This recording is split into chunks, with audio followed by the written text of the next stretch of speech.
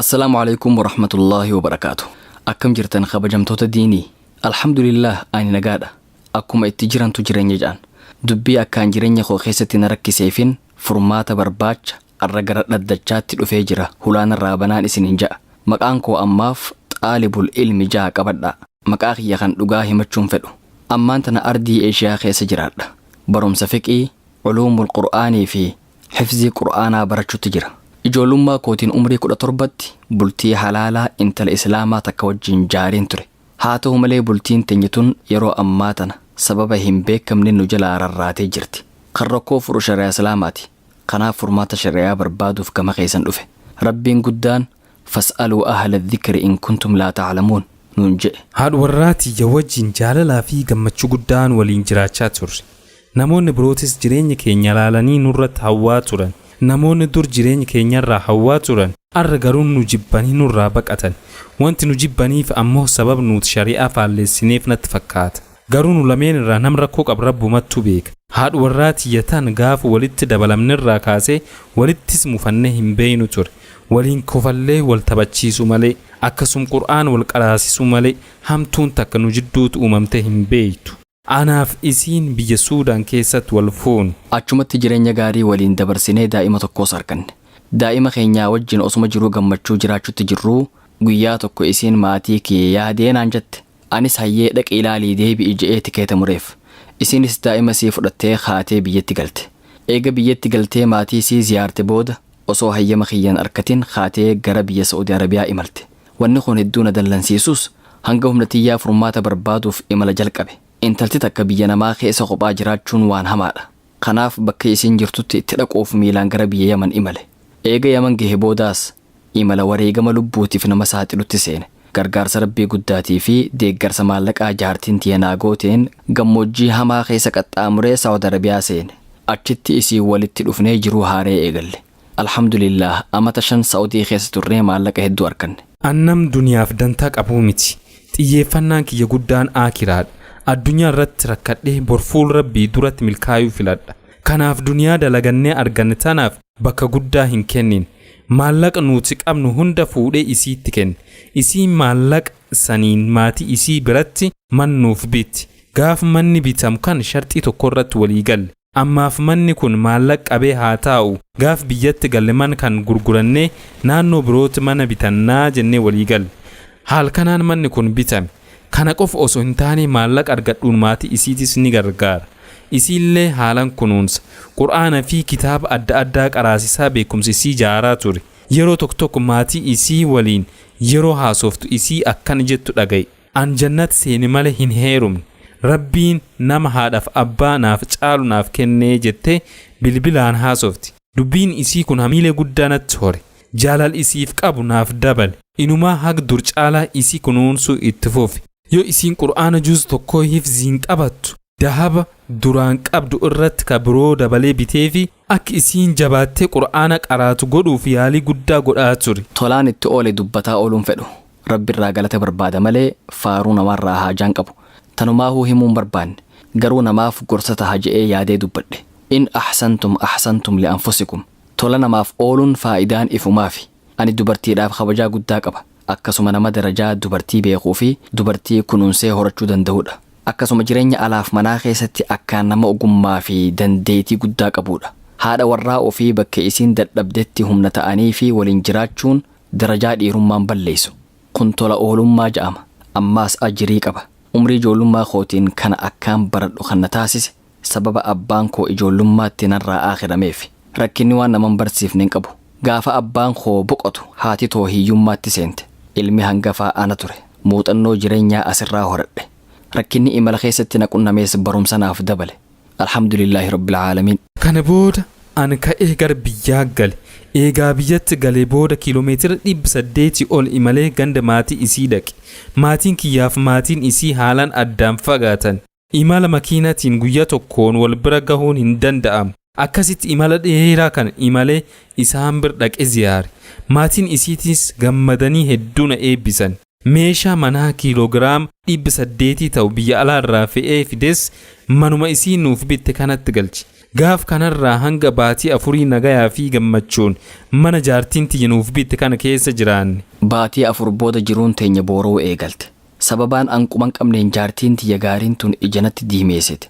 Isii qofa osoo hin taane maatiin isiitis guututti natti jijjiiraman. Akka tilmaama kiyyaatti sababaan jijjiirama isaanii waanuma takka. Eega baatii afur wajji jiraanneen booda an sharxii gaafa duraa irratti walii galle san itti kaase. Mana kana gurgurree lafa maatii keenya lameeniif dhihaatu irratti mana biroo akka bitannu yaada dhiheesseef. Guyyaa kanarraa wanni hundi jijjiirame. Achi booda yaada isii takka takkaan ifa baaftee naaf himte. Haasawa ibsa ijjannoo fakkaatu tartiiba galchitee natti roobsite. Tokko bakki nuti jiraachuu qabnu asuma. Asirraa eessayyuu hin deemnu. Asumatti ilmaan horree hojii jiraanna. 2 haadha teetii fi maatii kee tokkollee gargaaruu hin qabdu. Haati tee yoo barbaadde dalagattee haa jiraattu, dadhabdu qilee haa buutu. 3 asumatti dalagaa barbaadattee hojjattee nu jiraachisuu qabda malee gara biroo deemee dalagadha jettee yaadin. Asumatti hojii soqachuu qabda. 4 manni kun maqaa kootii waan jiruuf abadan hin gurguramu, maqaanis hin jijjiiramu, hanga dhumaatti maquma kiyyaan turu, aangoo guutuu anattu irraa qaba. 5 amma booda maqaa warra keetii mana kana keessatti hin kaasin. Maqaa isaanii gurraan dhagahuun qabu. 6 firoomni warra keetii fi kiyyi jidduu jiru asitti dhaabbata. Maatiin kiyyas maatii keetitti hin dhuufu, maatiin keetis nutti hin dhuufu. 7 keessattuu haadhatee ijaan arguun fedhu. Sagalee isiitis dhagahuun fedhu. Waan anaa fi isii walitti fidu tokkollee hojjechuun qabdu. 8 kun hundi yoo siif ta'uu didi walamarraa tokko filachuu qabda. Haadhatee yookaan ana keessaa tokko filadhuu naan jette. Yoo isii waan kana hunda natti haasoftu akka malee rifadhee waan dubbadhu wallaale. Intalti gaafa duraa an jannata seene malee hin heerumne ja'aa turte san akkamitti yeroo tokkoon jijjiiramtee akkana taate je'ee ajaa'ibsiifadhe. Isii qofa osoo hin taane maatiin isiitis ejjennoo isii kanarratti cichan. Ati asuma wajji jiraachuu qabda. Abadan manni kun gurguramuu qabu ja'anii natti murteessan. Fabi'isal qaraar. Naannoon ani itti dhaladhee guddadhee fi naannoon isii kun hedduu wal dhaba. Aadaan ummataa, akkaataan itti jiraatan, wanti hojjetan, wanti sooratanii fi wanti hundi garaagarummaa guddaa qaba. An naannoo kan keessa jiraachuun hedduu natti ulfaati. Osoo dalagaayyuu barbaadadhe dalaga naannoo kanaa tokkollee hin beeku. Kanaaf miidhamni guddaan argaye. Kana booda hedduu dallanee isiif qabeenya kiyyas gatee biraa deeme. Eegasii viizaa bitadhee biyya alaa dhufe. Eegaa biyya alaa dhufee boodas jaartii tiyya dirreetti hin dhiifne. Amata 2 guutuuf bakka jiru kanarraa baatiin gargaaraa ture. Gaaf tokko telefoonaan na dallansiistee si hiikee jedheen. Achi boodas si deeffadhee jedheeni deeffadhe. Achi boodas osoo hedduus hin turin nikahaanarraa buusii naan jette. An tole si hiikee jedheen. Haal kanaan yeroo 2 hiikee sadaffaa qofattu naaf hafe. Osuma haal kan keessa jirru bilbilli isii cufame. Maatii isii irrattis bilbilee argachuu dadhabe. Eegaa wal arguu dhiisnee amma waggaa 2 deemna. Gabaabinaan gaafiin gaafachuu barbaade cuunfaasaa akka asii gaditti isiniif dhiheessa. 1 yeroo duraa nikaaha irraa buusee rajaa'atu je'ee deeffadhe. 2ffaa eega hiikee booda isiin telefoona cufattee dhabamte. Kan sadaffaa naaf hafa. Kun akkamitti ilaalama? 2 an lubbuun tiyyi fuudha na feeti. Garuu dirqiin of dhorgee jiraachuutti jira.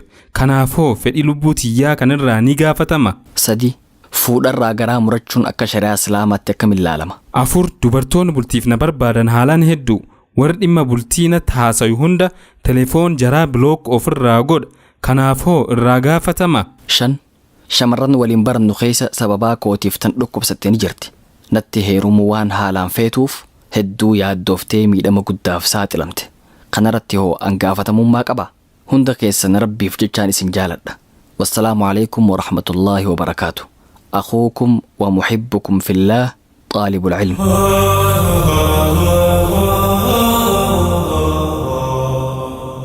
هيا أباس ميوان تكافي لما هاجنوغا سينا نساء هدو غرا نمنيات نمني بدي هاغنغا ورد دلغون هميلي نمج أبس إسينك أبين يقوتوا نركاك أبدوف آنغوك أبدو فيدمتي الترورست بلتو نجلت بولي ديدو خي ديم يكوان جتيني فكاتا سانو مدبين ماتين إسيتيس چنا دابتن inni hawaas hin beeyne keessa jira. Nam isaaf tumsus of biraa hin qabu. Dhimmi nikaahaa kunis waan dhumate natti fakkaata. Akkamitti mee? Ta duraa eega hiikee booda raja'atu je'ee deeffateemi? Ta lammadaa eega hiikee booda garuu raja'atu waan jee natti hin fakkaatu. Isiin inni si hiike jennaan telefoon ofirraa cuftee gam bultii isii deebiti. Yoona nam birooti heerumtee jiraachuu jirti. Abadan jiruu nagayaa waan jiraattu natti hin fakkaatu. qabeenya namaa saamanii nagayaan jiraachuun hin jirtu. Yoo jiraatanis yeroo muraasaaf jiraatan. Achi booda rakkoo hamtuu keessaa bahuu hin danda'amne keessa seenuu malan. Dhugaadha. Iyyannoon isaa haalaan dheertuudha. Hunda irratti yaada kennuun hedduu ulfaata. Mee eeggamuma abbaa murtii dabarsina. Iyyannoo biroo itti ida'anmoo asumarra taagoo labnu. Gaafiilee muraasa itti daballa. Namoonni tokko tokko iyyannoo dhiisanii gaafii fatwaa gaafatan. Nutis sagantaa irraa keessatti gaafiilee bultii wajjiin hidhata qaban muraasa isiniif dhiyeessina. Gaafii tokkoffaa. Ani ilma dhiiraati. Dargaggoomee jira. Qalbiin tiyya haalaan fuudha nafeeti. Garuu maatiin kiyyaaf hayyamuu didan. Mee maal godhuu qaba? Gaafii lammaffaa. Badhaasoo Abdallah jedhama. Haadhaa fi abbaan kiyya wal dhabanii adda yaa'an. Abbaan kiyya nikaaha irraa buusuu dinnaan qaadii bira dheexee ofirraa buufte. Eegaa adda bahan amma waggaa 3 caalan. An amma jara lameen walitti deebisuuf yaaliin godhuu fedha. Wanni kun akkamitti ilaalama? Gaafii sadaffaa. Maqaan kiyya Boonaa jedhama. Yeroo hedduu yoo dubartii wajjiin haasa'u yookaan ammoo wajjiin deemu bishaan qal'aatu qaam kiyya keessa ba'a. Achi booda yoo salaanni gahu qaam dhiqachuu qabu moo wuduuma godhee salaata. Dhaggeeffattoota keenya kabajamoo iyyannoon irraaf kurfeeffanne tanuma.